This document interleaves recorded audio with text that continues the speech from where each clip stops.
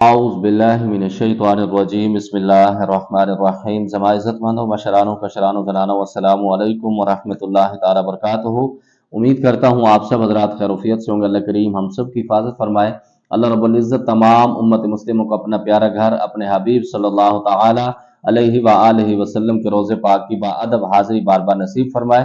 معزز خواتین و حضرات، چلہ کشی کی سیریل میں آپ تمام کو خوش آمدید کہتا ہوں۔ اگر آپ کا کوئی بھی سوال ہو عملیات کے متعلق، جادو جنات کے متعلق، یا پھر جادو جنات کے مریضوں کا آپ علاج خود کرنا چاہتے ہیں، اس کے اندر میری ہیلپ کی ضرورت ہے، آپ اس کے لیے بھی رابطہ کر سکتے ہیں۔ جو لوگ چلہ کشی کرنا چاہتے ہیں ہماری سرپرستی میں، کمنٹس باکس میں رابطہ کر سکتے ہیں۔ زونگ والے نمبر پر واٹس ایپ پر آپ کے لیے اویلیبل ہوتا ہوں۔ اس کے علاوہ جو لوگ کال پہ بات کرنا چاہتے ہیں، دوپہر 3 سے لے کر شام 5 بجے تک آپ کی خدمت کے لیے حاضر ہوتا ہوں۔ پیر صاحب، چلہ کشی کی تعداد پوری ہونے کے بعد حصار کا کڑا توڑنے سے پہلے اپنے جسم کا کڑا لگانا چاہیے یا نہیں؟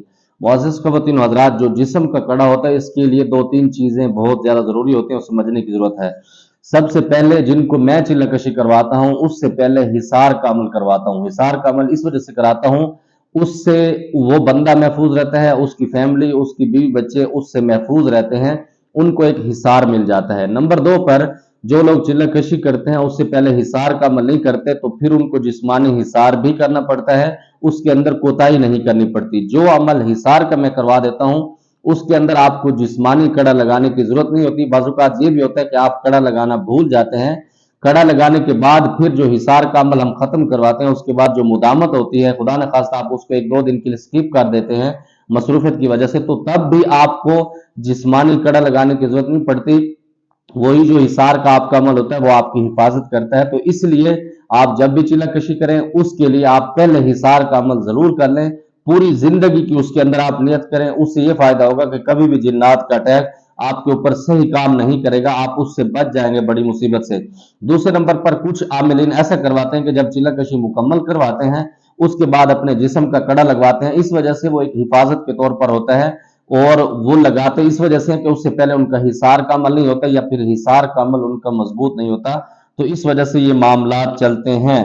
السلام علیکم، میں ہر وقت نماز، دعا، درود اور شریف نہیں پڑھ سکتا کیونکہ میرا حامزاد مجھے 24 گھنٹے وسوسے میں ڈالتا ہے جو مجھے محسوس ہوتے ہیں۔ مجھے حامزاد کو تشخیص کرنا ہے، آپ میری مدد کر سکتے ہیں؟ وعلیکم السلام ورحمۃ اللہ وبرکاتہ۔ یہ بالکل بات ضروری اور صحیح نہیں ہے کہ جو بندہ گناہ کے اندر رہتا ہے، وسوسے کے اندر رہتا ہے، نماز روزے کی پابندی نہیں کرتا، اس کا جو شیطان ہے وہ اس کو وسوسے ڈالتا ہے۔ یہ کچھ حد تک تو صحیح ہے لیکن اس کی مکمل حقیقت کچھ اور ہے۔ اور دوسرے نمبر پر اس کا علاج یہ بھی نہیں ہے کہ آپ اپنے حمزات کو اگر آپ اس کو تعبیر و تذکیر کر لیں گے تو آپ نماز روزے کی طرف رہیں گے۔ یہ بھی ہو سکتا ہے کہ آپ اس کے اندر اپنے ایمان سے ہاتھ دھو بیٹھیں یا پھر اپنی جان گنوا بیٹھیں، تو اس سے بہتر یہی ہے کہ آپ سب سے آسان عمل آپ کو بتاتا ہوں۔ آپ چلتے پھرتے، اٹھتے بیٹھتے کسی محفل میں جائیں، جہاں پر جائیں، آپ لا حول ولا قوت الا باللہ العلی العظیم کثرت سے پڑھتے رہیں۔ رات کو سوتے وقت 3 مرتبہ درود ابراہیمی پڑھ لیں، 3 مرتبہ سورۃ فلق، 3 مرتبہ سورۃ ناس پڑھ لیں، پھر 3 مرتبہ درود ابراہیمی پڑھ کے اپنے اوپر آپ دم کریں، اپنے بستر کے اوپر آپ پھونک مار کے سو جائیں۔ انشاءاللہ یہ وسواس، یہ وسوسے بہت سارے آپ کے کنٹرول ہو جائیں گے۔ اس کے بعد جو کام آپ کرنا چاہیں کر لیں گے۔ شادی کی بندش توڑنے کے لیے کچھ بتا دیں۔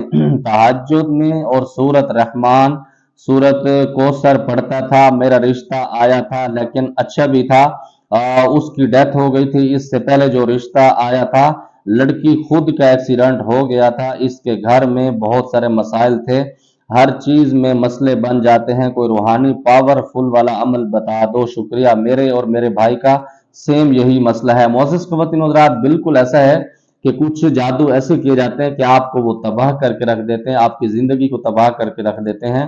اس کے اندر شادی کی بندش یا شہوت کا بن جانا یا شہوت کو بڑھا دینا، یہ جادو کے اندر بہت سارا اس طرح کے عمل کیے جاتے ہیں۔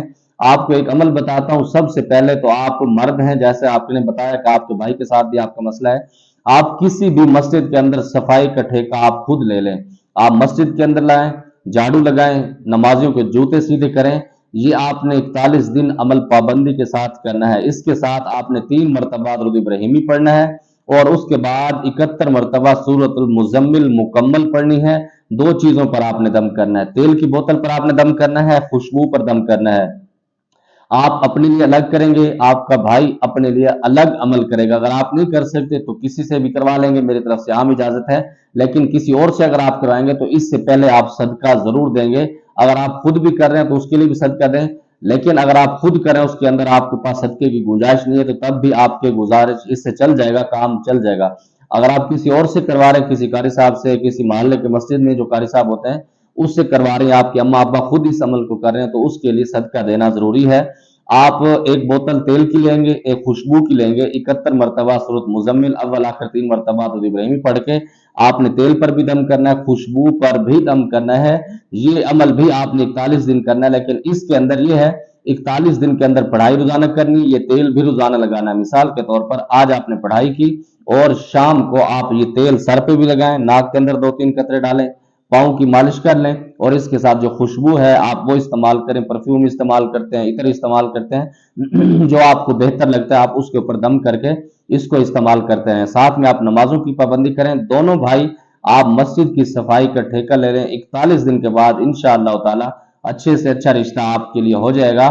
یہ حضرت عمر رضی اللہ تعالی عنہ کی پاک سنت بھی ہے اور اس سے بہت آزمودہ رشتے بھی ہوتے ہیں اور بندش بھی ٹوٹ جاتی ہے۔ بندش کا بھی علاج میں نے آپ کو بتا دیا ہے۔ السلام علیکم، آپ کی ویڈیو دیکھی ہیں، بہت اچھی معلومات دے رہے ہیں آپ، آج تک ایسی ویڈیو یوٹیوب پر نہیں ہے۔ آپ یہ بتائیں چلہ کشی کے لیے ہم جب غسل کرتے ہیں یا واش روم جاتے ہیں تو گھر والے بھی یہ واش روم استعمال کر سکتے ہیں؟ اس پر پلیز بتا دیں۔ جو ٹوٹی ہوتی ہے اس کو فیملی کے ہاتھ لگتے ہیں، کیا ہم اس کو استعمال کر سکتے ہیں؟ وعلیکم السلام ورحمۃ اللہ۔ پہلی بات تو یہ ہے کہ آپ کا بہت سارا شکریہ کہ آپ نے اس طرح کے لفظ کہے، ورنہ ہم تو وہ ہیں کہ ہمیں گھر پہ دوسری دفعہ سالن کوئی نہیں پوچھتا۔ بہرحال اللہ آپ کو سلامت رکھے۔ دوسری بات یہ ہے جو چلہ کشی ایگریمنٹ والا ہم کراتے ہیں اس کے اندر حویلی بھی الگ ہو، واش روم بھی الگ ہو، کسی مرد کو آپ نہ دیکھیں، کوئی مرد آپ کو نہ دیکھے، کسی خواتین کو آپ نہ دیکھیں، مطلب کسی انسانی شکل کے اوپر آپ کی نظر بھی نہ پڑے۔ 41 دن کا ہم اعتکاف کراتے ہیں، اس کے اندر ہم بٹھاتے ہیں احرام کے ساتھ، اس کے اندر جو آپ چیزیں کھاتے ہیں وہ بھی وہ چیزیں ہوتی ہیں کہ جو بغیر آگ کے بنی ہوتی ہیں، اور اس کے اندر اب یہ بھی سوال ہوتا ہے کہ گھر والے چیزیں کیسے آپ تک پہنچاتے ہیں؟ جو اس کی دیوار ہے اس کے اوپر آپ رکھ دیں تو اس کے اندر ہوتا ہے۔ ہاں اس کے اندر یہ ضرور ہے کہ بعض اوقات ایک کمرہ ہے، 2-3 کمرے ہیں، اس کا واش روم بیچ میں ہے تو آپ اس کو بھی استعمال کرتے ہیں۔ گھر والے بھی پھر اس طریقے سے کریں کہ جب وہ کر کے چلے جائیں پرلی طرف سے کنڈی لگا دیں، آپ اس کو استعمال کر لیں، لیکن وہ آپ کو نہ دیکھ پائیں، آپ ان کو نہ دیکھ پائیں، لیکن اس سے اگر آپ کا ہاتھ لگ جاتا ہے ٹوٹی کو یا ٹچ ہو جاتا ہے تو اس سے کوئی حرج نہیں پڑتی ہمارے بزرگوں کے مطابق، دوسرے عاملین کا مجھے پتہ نہیں، تو آپ اس سے غسل بھی کر سکتے ہیں، بالکل بآسانی سے اس واش روم کو استعمال بھی کر سکتے ہیں۔ مجھے امید ہے جو آپ کے سوالات تھے آپ کو جواب مل گیا، کوئی بات بری لگی ہو دل سے معذرت چاہتا ہوں۔ جماعت پر خاص دعاؤں کا دا، خدائی پامان، السلام علیکم۔